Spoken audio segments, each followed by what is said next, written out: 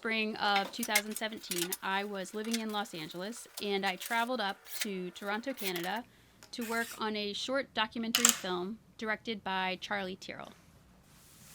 And I still get emails every once in a while asking me about my animation on it. So here's how the animation style boil swapping came to be. After art school, I took a job at a feature film animation company. I ended up in a department that was adapting new technology for stop motion film, and that was the rapid prototype printing department. My role there was animation testing character faces that were being printed literally by the thousands. So I spent many hours observing how when one object is replaced on screen by another, our eyes can catch really tiny changes. I had other roles, and some days the testing part of my job could be pretty boring. But in general, I found it fascinating to see how small adjustments to placement could magnify or mask differences in a set of objects. After 5-ish years on feature films, I wanted to take a larger role on the projects that I worked on. But my expertise specifically in replacement animation turned out, for the most part, was not incredibly useful outside of a 200 crew person, industrial movie type of place. So to get work, I dusted off more traditional animation skills, starting with short GIFs and flipbooks, then rotoscoping and walk cycles, and eventually a project came along that my particular animation resume seemed to fit.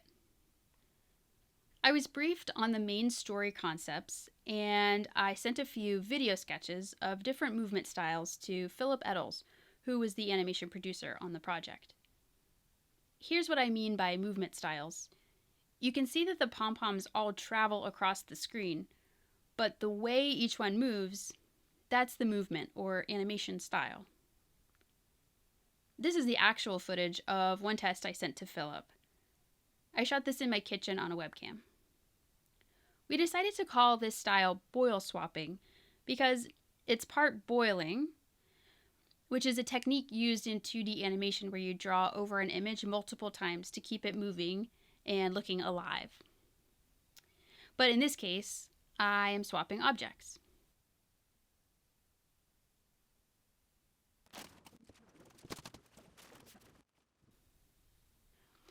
Looking back, I think we only gave the technique a name because in my previous job we were often inventing and naming new workflows or fabrication approaches as the technology of rapid prototype printing changed. And so it's kind of become a habit of mine, and it's just fun to name some technique you're trying out.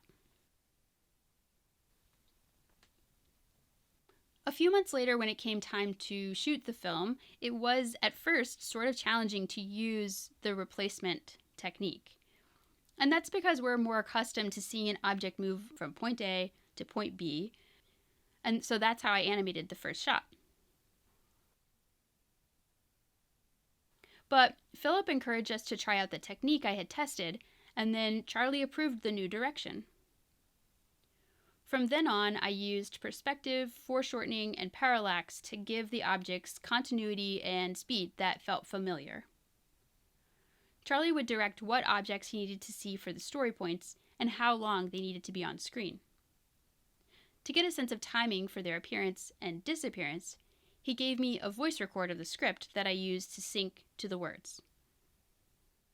Something I've learned that is important to the technique succeeding is that there need to be a lot of objects and also a variety of sizes. To give you some idea, this shot from a more recent project is about 12-13 seconds, and we had rented about 200 items, which should cover one object per frame with some to spare. However, I just barely had enough small objects to use to make the main objects appear. It sounds like a minor thing, but it still surprises me how many items, especially small ones, the boil swapping technique needs to work. I've been asked to teach this style, and I'm still figuring out how to condense this story into a useful set of rules. For now, I would suggest people interested in learning more grab a camera if you have access to one, or avoid the tech and use a flipbook, and copy some animation or video that you like. I'm also hoping that the visual in this video of what my setup and process looks like is useful to you. In the end, Charlie Tyrell and Philip Eddles took a risk by choosing my experimental style to animate, and I'm lucky that I got to use it on such an impactful film.